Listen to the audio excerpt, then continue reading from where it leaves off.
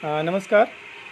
आज आपको जैसा कि हमने पहले सूचित किया था कि अग्निहोत्र का जो हमारे यहाँ नित्य अग्निहोत्र होता है, उसमें हमारे एक कोई माननीय मेहमान जिनको हम आमंत्रित करते हैं, निवेदन करते हैं। इसी की श्रृंखला में आज हमारे समक्ष योगेश जी हैं, योगेश मिश्रा जी, जो नाम परिचय का कोई मोहताज नहीं है। लगभग इंटरनेट की दुनिया के लोग, हमारे अपने साथी, सभी लोग जानते हैं। और अब उनसे आग्रह करता हूँ कि समय बहुत ज़्यादा नहीं है, हमारे पास 6:54 पे अग्निहोत्र है। तब तक अग्निहोत्र के बारे में कुछ आपको बताएंगे और अग्निहोत्र की महत्ता। योगेश जी, आपका स्वागत है। प्रदीप जी, अग्निहोत्र के विषय में जानने से पहले हम लोगों को यह जानना चाहिए कि अग्नि का पृथ्वी पर आगमन कब और कैसे हो। ये एक बहुत ही महत्वपूर्ण विषय है। तो जो शास्त्र हैं वो ये बताते हैं कि आषाढ़ मास के कृष्ण पक्ष की चतुर्दशी के दिन रात्रि में जब 2 प्रहर बीत गए, इसके उपरांत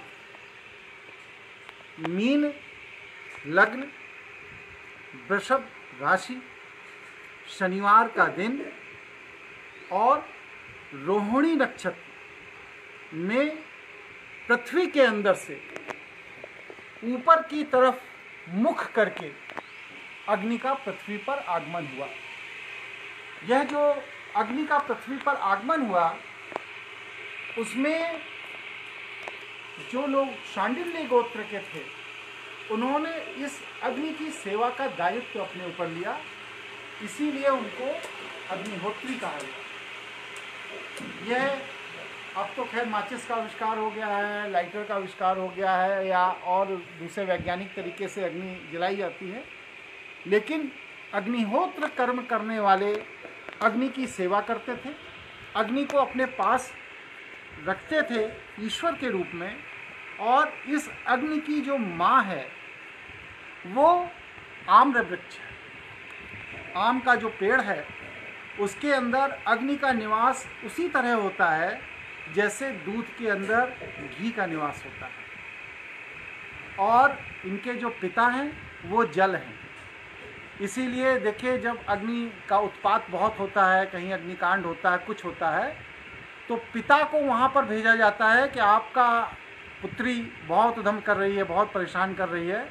तो जल के रूप में पिता वहाँ जा कर के उस बच्ची को, अग्नि को शांत करते हैं। तो हमारे यहाँ पूरा का पूरा भगवान को समर्पण करने का जो तरीका है, भगवान तक अपनी बात पहुँचाने का, अपना उपहार, अपना पुरस्कार, अपनी सेवा पहुँचाने का जो तरीका है, वो पूरा का पूरा तरीका इसी बात पर निर्भर करता है कि हमारी यज्ञ कुंड में अग्नि कितनी तेज प्रज्वलित हो रही है। जब यज्ञ कुंड में हम अपनी सामग्रियों का समर्पण करते हैं तो वह अग्नि के प्रभाव से सूक्ष्म रूप में परिवर्तित होकर ऊपर ईश्वरीय लोक में जाता है और वहाँ पर ईश्वर को वह प्रसाद के रूप में, भोग के रूप में प्राप्त होता है।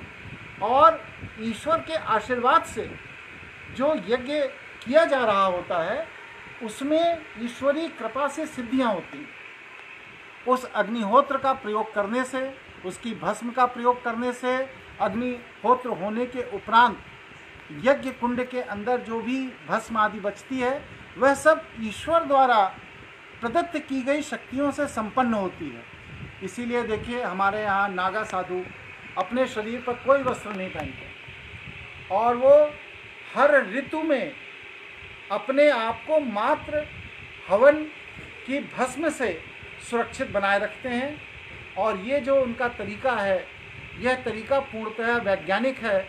वह भस्म एक इंजेक्शन की तरह है, जैसे किसी भी औषधि के प्रयोग के लिए एलोपैथी में इंजेक्शन दिया जाता है, उसी तरह वह हमारे शरीर में भस्म को लगा करके उस भस्म की जो ईश्वरीय ताकत है, जो उसकी प्राकृतिक ताकत है, जो उसके एरोमा की ताकत है, उस ताकत को रोम छिद्रों से अपने अंदर स्वीकार करते हैं और उसको स्वीकार करने के उपरांत उनको वह सारी चीज़ें प्राप्त होती हैं जो सारी चीज़ें भगवान की कृपा से इस प्रकृति में, इस पृथ्वी पर मनुष्य के लिए उपयोगी बनाकर भेजी गई हैं।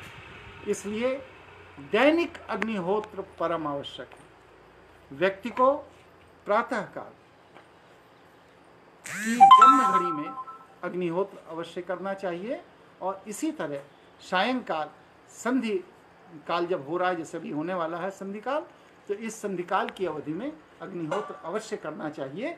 यही हमारा धर्म को लेकर के, ईश्वरीय कृपा को लेकर के मेरा यह सभी से आग्रह है कि आप 108 दिन तक नियमित प्रातः और सायं अग्निहोत्र करें और देखिए ग्रहों की जो गति है उसमें 27 नक्षत्रों के प्रत्येक नक्षत्र के जो 4 चरण हैं उसमें ग्रह कहीं भी मूव कर रहा हो, उसके गोचर की नकारात्मक ऊर्जा मात्र इस अग्निहोत्र कर्म से समाप्त हो जाती है। ऐसे बहुत से प्रयोग मैंने, मेरे शिष्यों ने, काफ़ी लोगों ने किए हैं और उसके आश्चर्यजनक परिणाम आए हैं। घर में दरिद्रता हो, घर में कोई रोग हो, घर में संतान को कोई बाधा हो, घर में गौवंश को लेकर कोई परेशानी हो, किसी भी तरह का कोई भी कर्म हो, यदि आपको सांसारिक जीवन जीने में किसी भी तरह के मान सम्मान प्रतिष्ठा में कोई आक्षेप, कोई आरोप लग रहा है, तो उन सभी स्थितियों में आपको अग्निहोत्र कर्म प्रातः और सायं 108 दिन जरूर करना चाहिए। इस 108 दिन शुद्ध मन से किए गए अग्निहोत्र कर्म से सारे दैहिक, दैविक और भौतिक तीनों तरह के उपद्रव शांत हो जाते हैं और मनुष्य ईश्वर की शरण में चला जाता है। ये मेरा व्यक्तिगत अनुभव है। नमस्कार। धन्यवाद योगेश जी। प्रकृति को धन्यवाद देना, अग्निहोत्र में हम प्रकृति को धन्यवाद देते हैं, जिससे कि हम अपने, कई बार हमने कहा है ऐसा कि प्रकृति जो कुछ भी हमको दे रही है उसके बदले में हमने उसको क्या दिया, कम से कम धन्यवाद तो दे ही सकते हैं। हम अपने मिलने जुलने वालों से जिससे कि मदद लेते हैं, उनसे अगर हम मदद के बाद धन्यवाद कर दें तो दोबारा वो व्यक्ति मदद करने में सकुचाएगा नहीं और हमारे बिना मांगे स्वयं मदद के लिए खुद ऑफ़र करेगा। जैसे ही हम उसकी मदद कहेंगे भैया आपने हमारी वो मदद की थी, बहुत बढ़िया रहा, तो वो व्यक्ति खुद कहेगा अरे कोई बात नहीं, फिर कभी ज़रूरत हो तो बताना, और कोई ज़रूरत हो तो बताना। परंतु आज की तारीख में हम मंदिर में जाते हैं, भगवान के यहाँ जाते हैं, सबसे पहले कहते हैं भगवान ये हमारा पास करा दो, ये हमारी नौकरी करा दो, ये शादी बच्चे करा दो, ये हमारी करा दो, कुछ भी। तो हमेशा हम मांगते रहते हैं। यही हमारे व्यक्तिगत जीवन में भी है। अगर आप किसी से खाली मांगते रहें तो एक बार मांगेंगे, 2 बार मांगेंगे, तीसरी बार वो आदमी आपको अवॉइड करने लगेगा। ऐसे ही प्रकृति में भी है। अब प्रकृति को कम से कम धन्यवाद तो दीजिए, खाली शोषण करते रहेंगे, केवल मांगते ही रहेंगे। तो अग्निहोत्र एक तरीके से प्रकृति को दिया जाने वाला धन्यवाद है, जिससे कि हम उनको जैसे कि लोग वैज्ञानिक भी कहते हैं कि अग्निहोत्र से हमारा ऑक्सीजन लेवल बढ़ता है, आसपास का वातावरण शुद्ध होता है, और जब हम घी, चावल और समय, जो संध्या काल का समय है, इन सब का जो कॉम्बिनेशन बनता है वो तमाम तरह की नेगेटिव ऊर्जा, नेगेटिव एनर्जी को हमारे घर से दूर करने में और हमारे आसपास के माहौल को पॉजिटिव बनाए रखने में मददगार होता है। लोग एक किस्सा करते हैं, कहते हैं कि जब भोपाल कांड हुआ था, चूँकि शायद मेरे भी जन्म से पहले की बात होगी, कि वहाँ पे एक चौरसिया परिवार रहता था। वो नित्य अग्निहोत्र करते थे, बहुत ही नज़दीक थे वो जहाँ पे ये कांड हुआ था, वो गैस कांड। उस परिवार में किसी भी तरीके की कोई क्षति नहीं हुई और बाकी जो हुआ वो जग जाहिर है, सब लोग जानते हैं। और अभी तो अग्निहोत्र पे हमारे एक माननीय रामकृपाल पाठक जी हैं, साइंटिस्ट हैं, उन्होंने बहुत काम किया है इस पे, कई देशों में काम किया है और विश्व के कई देशों में। हमारे यहाँ तो लोग कहते हैं ढोंग ढकोसला है, ये है वो है, वो लोग अग्निहोत्र फार्मिंग, होमा फार्मिंग कर रहे हैं।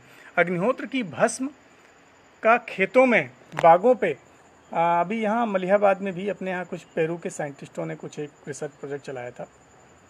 उत्पादन बढ़ा, कीटाणुओं में जो तमाम तरीके के वायरस या कीटाणु आ जाते थे उनका हमला होता था वो नहीं हुआ और पैदावार बहुत अच्छी हुई। हमने अपने यहाँ पे काफ़ी कुछ इस पे प्रयोग किया है। इन पेड़ पौधों पे हम जो है अग्निहोत्र की भस्म का छिड़काव करते हैं और आपको हरियाली दिख रही होगी। और बहुत सारे पौधे हमने ऐसे भी उगाए जो यहाँ की जलवायु में होते ही नहीं हैं, वो केवल अग्निहोत्र से ही संभव हुआ। तो अग्निहोत्र अगर नृत्य करें, प्रकृति को धन्यवाद दें, तो प्रकृति भी आपका ख्याल रखेगी। और इसके साथ ही अब अग्निहोत्र का समय हो रहा है और अग्निहोत्र की तैयारी आप लोग भी शामिल हों।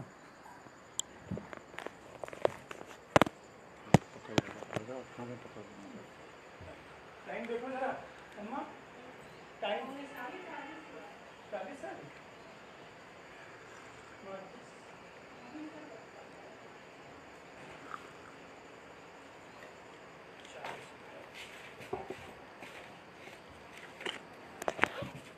अभी 6:54 पे चूँकि आज समय है, अभी आज 40 हुआ है, तो हम योगी जी से आग्रह करना चाहता हूँ कि कुछ अगर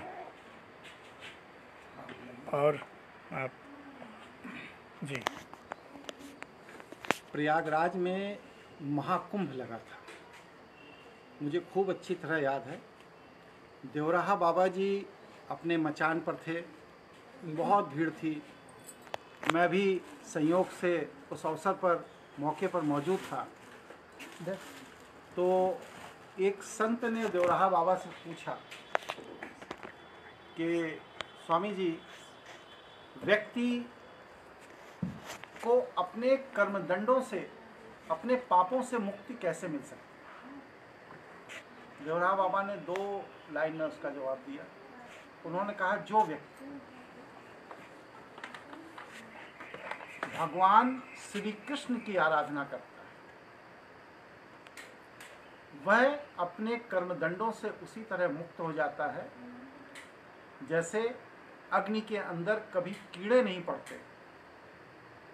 उसी तरह भगवान श्री कृष्ण की आराधना करने वाला सांसारिक बंधनों में नहीं बनता। ये ऐसा उनका अद्भुत व्यक्तित्व था और वक्तव्य था कि उससे मैं प्रभावित हुआ और इसके बाद भगवान श्री कृष्ण की आराधना पर मैंने काफ़ी जोर दिया, प्रयास किया, आराधना की।